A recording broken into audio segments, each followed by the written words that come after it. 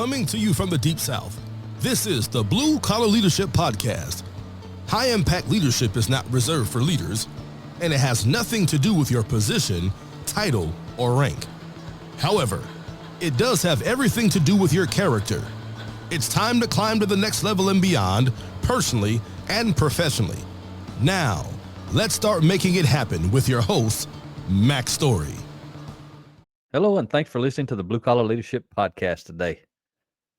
So today we're on episode 450. We're actually on chapter 16 in Ria's book, The Ladder of Influence, 5 Steps for Climbing to the Next Level and Beyond. I started this series about 17 weeks ago. This is actually part 17 of 31, but it's chapter 16. If you remember, I had an intro, so there's an extra episode there, more than just the 30 chapters in the book. So there's 31 episodes. Chapter 16 is the third step at home. And remember, the third step is competency development. So the title of this episode is Competency Development at Home. And if you've been following along, you know next week's episode is going to be Competency Development at Work. And you also know, if you've been following along, these two chapters have those checklists that I'm going to cover from Ria's book. And I really like these checklists, and it's just another reason that I encourage you to have a hard copy of the book, so you can go through, you can be authentic and check these off. If you can check them off. If not, you can always reference it and know what you need to be working on. And hopefully at some point you can check these items off your list and start seeing how you're actually growing. And again, there's a list for each step on the ladder. So we're on the third step now, competency development. Ria says, when it comes to increasing your influence at home relative to competency development, it's more about getting results in your role. So than it is about excelling in any one area. So when we're talking about competency development at home, it's about getting results in your role, meaning as mom or dad or brother or sister, whatever role you're in the home. Be husband, wife, lots of different roles. You can be in multiple roles at the same time.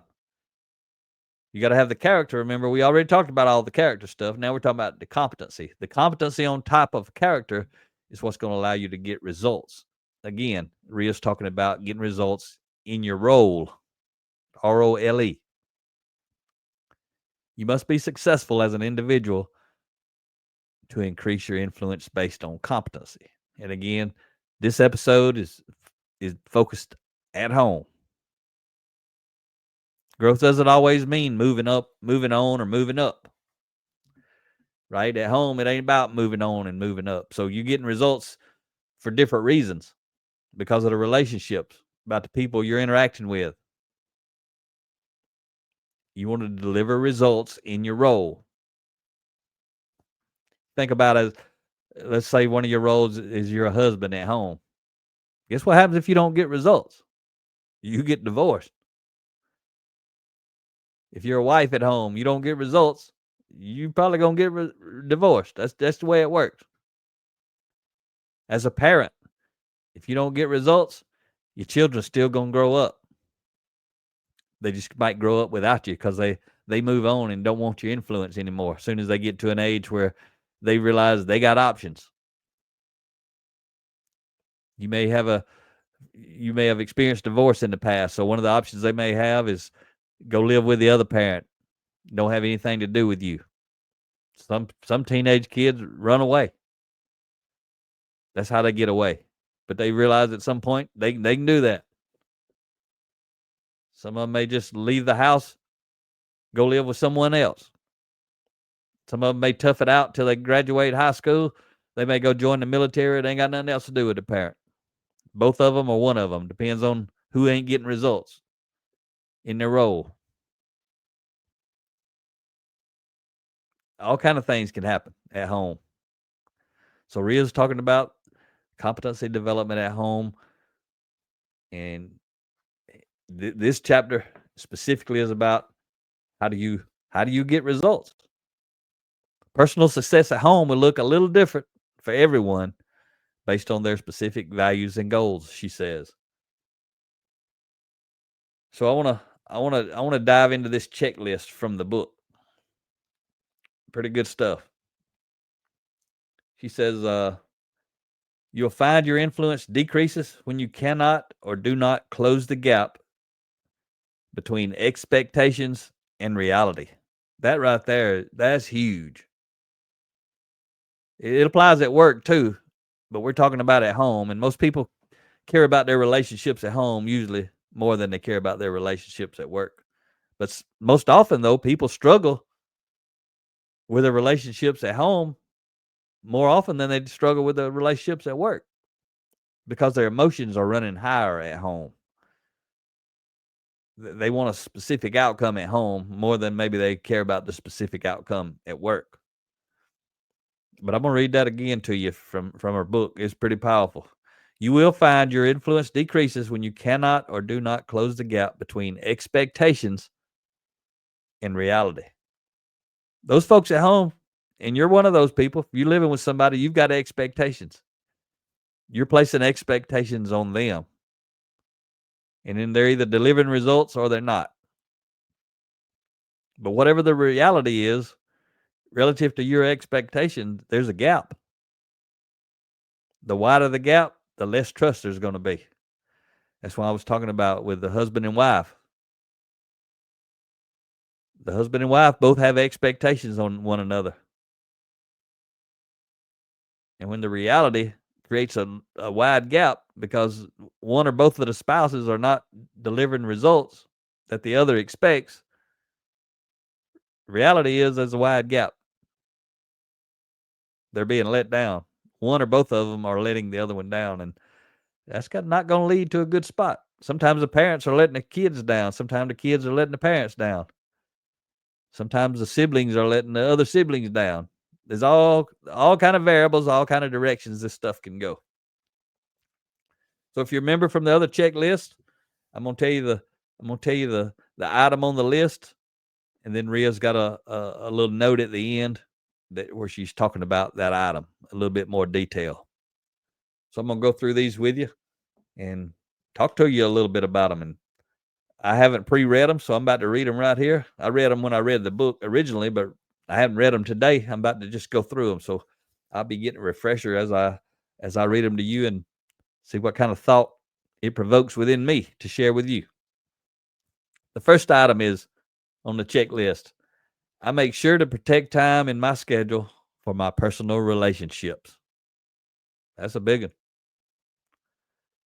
The note at the end, Ria's note, she says, I rarely or never miss important events and celebrations. I set aside quality time for my relationships daily.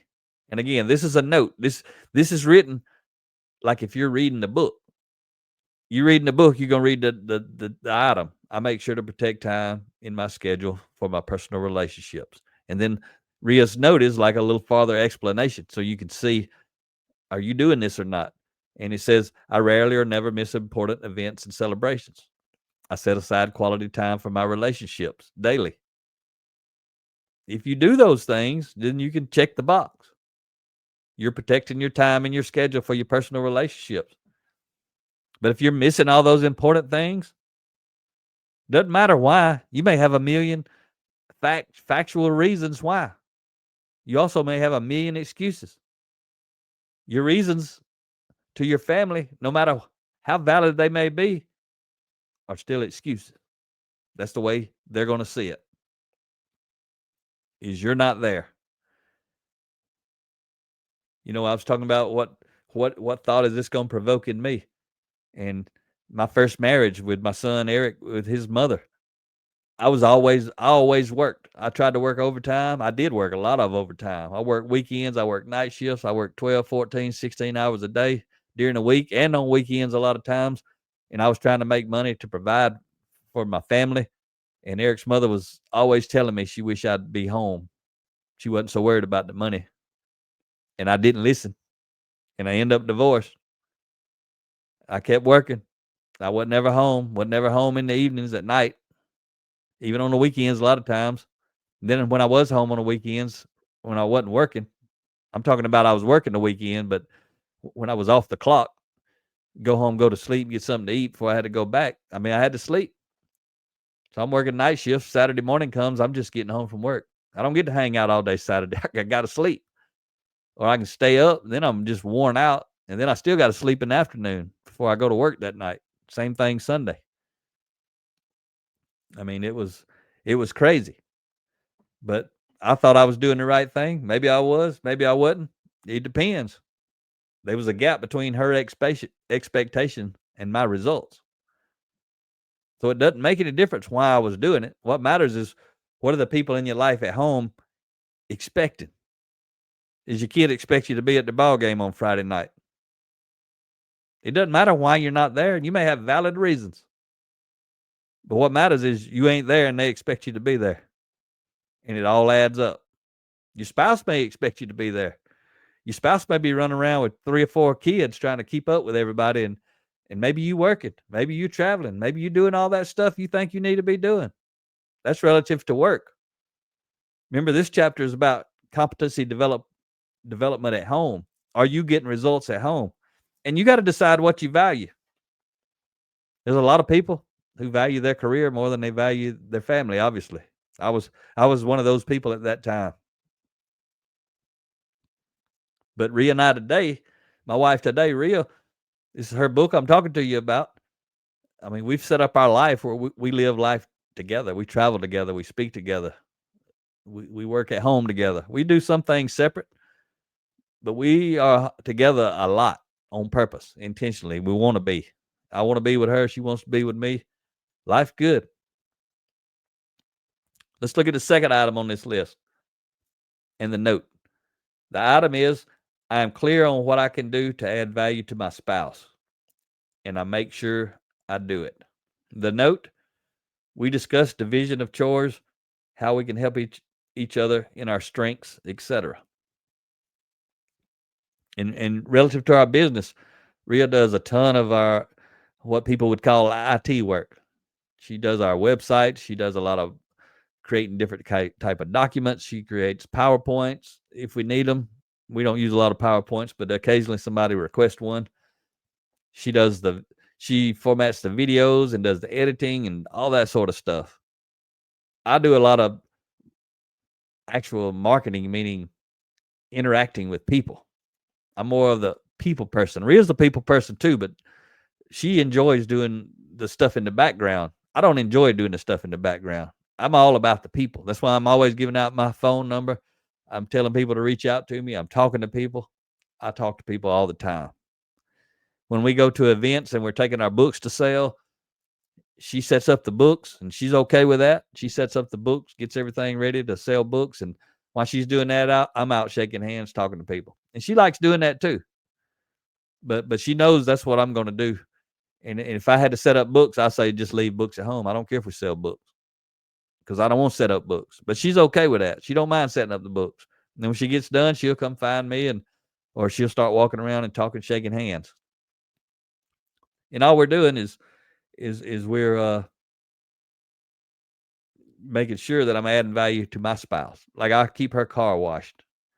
We don't take them to car wash places. I wash it myself by hand. I like doing it. And I cut the grass and I do the outside work. I like doing it. She would do it. About 3 years ago, I had a ruptured disc in my back. I couldn't even walk for like 2 weeks.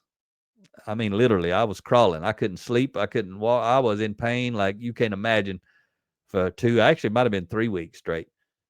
And it was right in the middle of the serious grass growing season. So the grass had to be cut about every 3 or 4 days because it was growing like crazy. And as soon as I couldn't do it anymore, Rhea steps in and did it. And she don't mind doing it. She's into physical fitness, and I use a push more on purpose to get the fitness from it. It takes me about 2 hours, and it's about 6 miles of walking to cut not quite an acre of grass. But I like to exercise.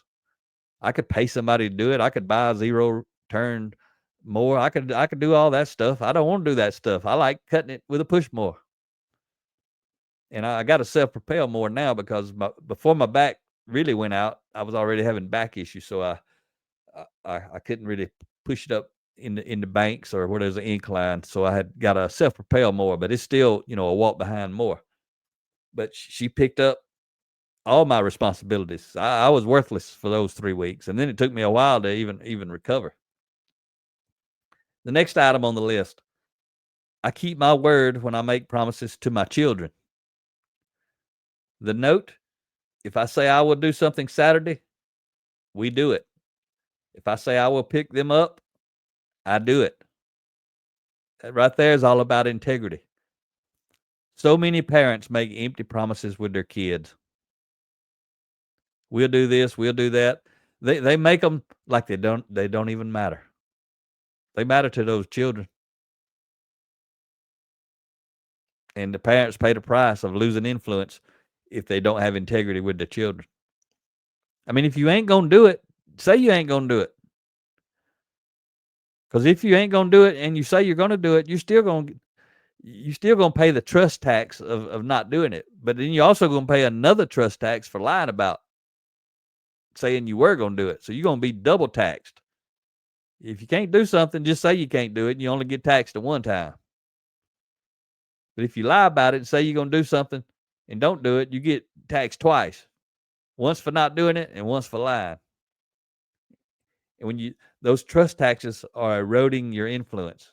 Every time you lose trust, you lose an influence.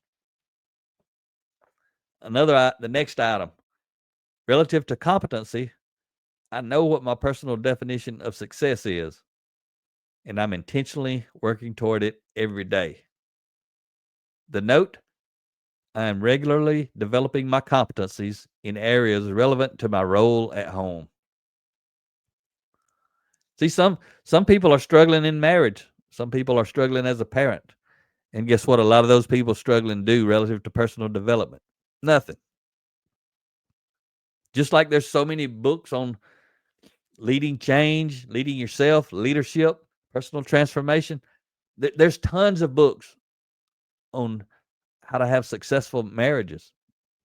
The 5 love languages is one book that's great for marriages. But there's thousands and thousands and thousands.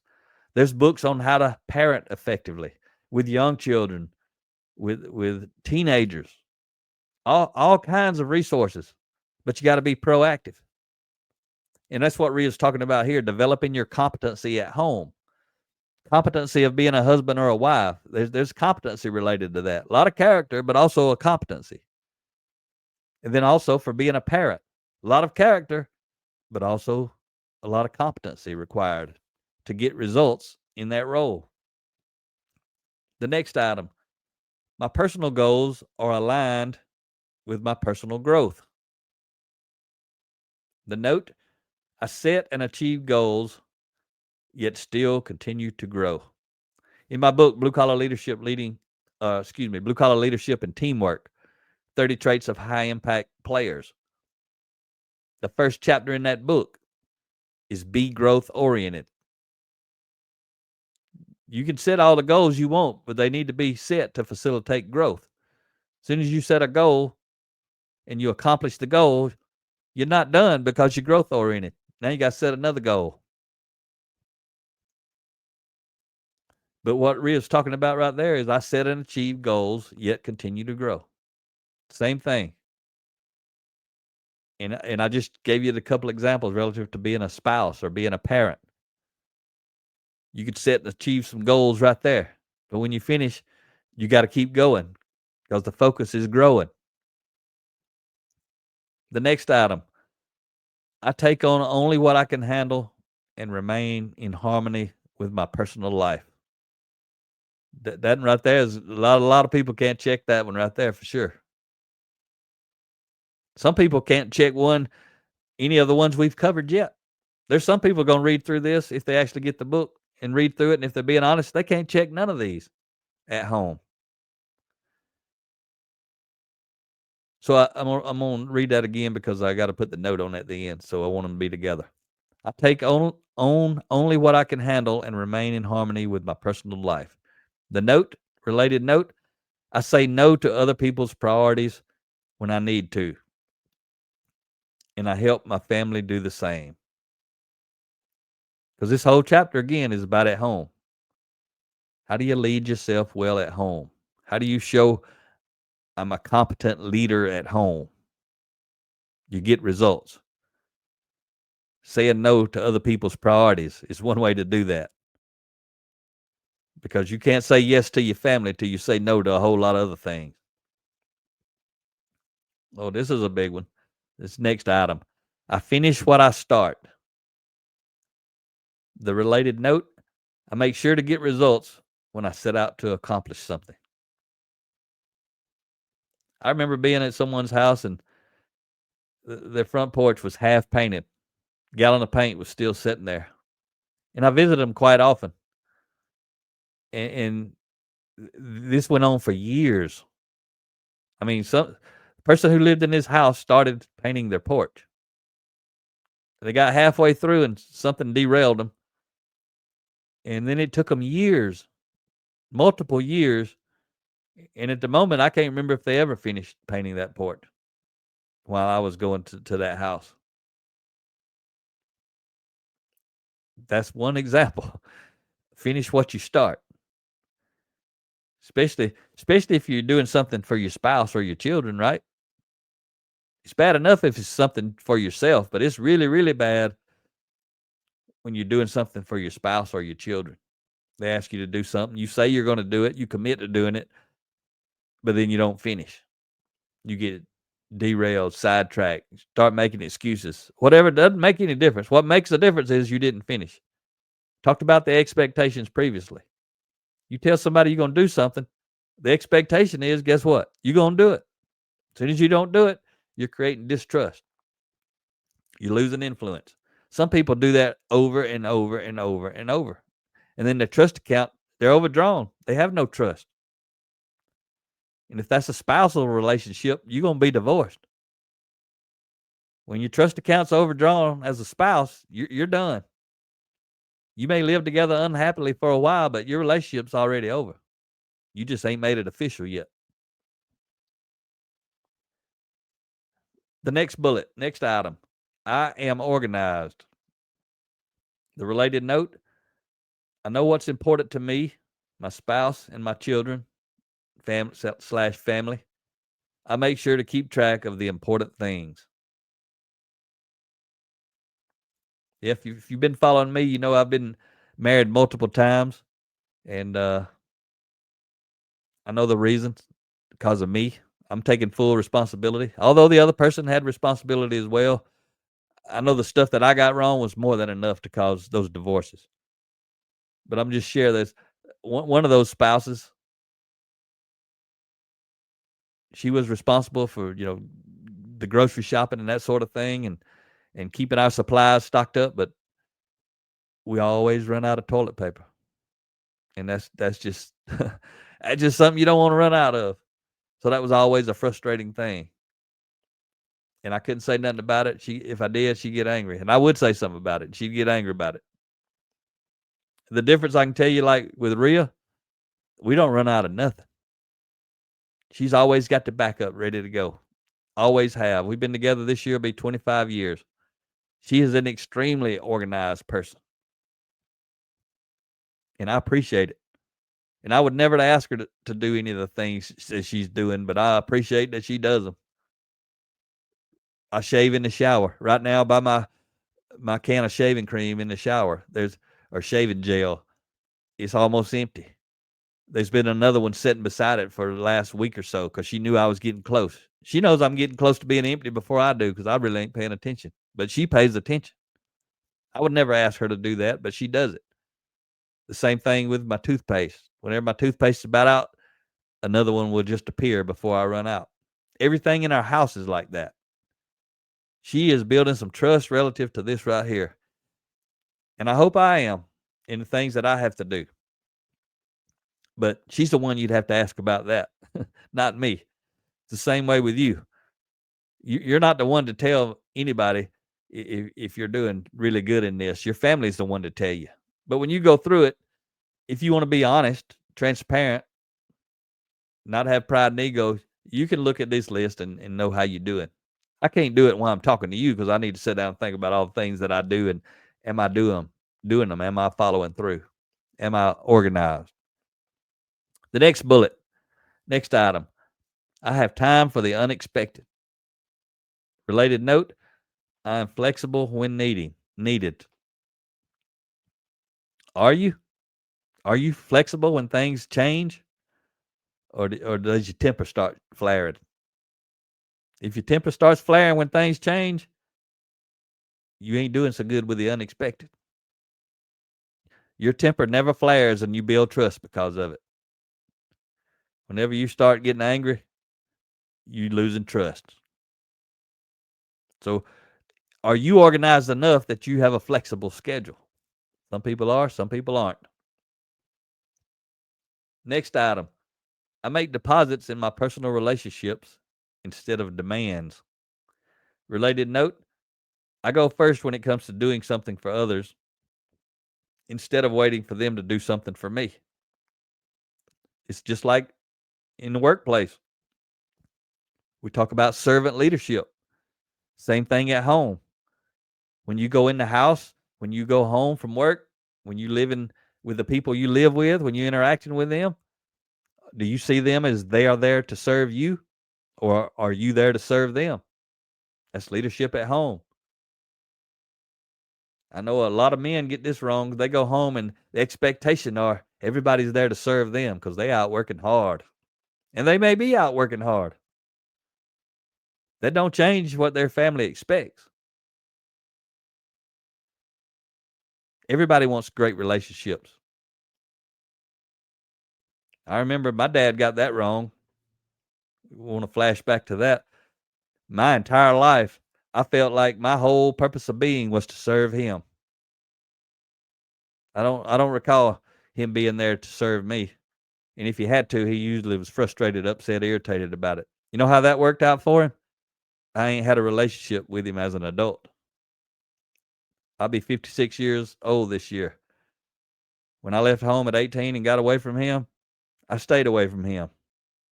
It wasn't just for that reason, but I'm just giving you an example.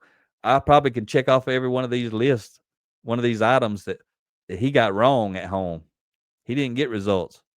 And him and my mother got divorced after 25 years. After my brother was out of high school, they got divorced. They probably just held on until then. Probably was my mom hanging on waiting for my brother to grow up. He was 6 years younger than me. That's just life. That's just some real examples. But you got to look in the mirror. You got to do the work. You got to ask yourself, does it matter? There's some people out there who read this stuff, they don't even care. And they don't have a good life at home, I promise you. The last bullet or item on the list, I focused on what I can do to improve relationships instead of nagging others about what they need to do to improve. The related note, I realize I cannot control anyone, but I can increase my influence by focusing on myself. That's what personal growth and development is about. Looking in the mirror. I promise you, no matter what's going on in your house, if you become more and more intentional about developing yourself, your life at home is going to get better, even if no one else changes.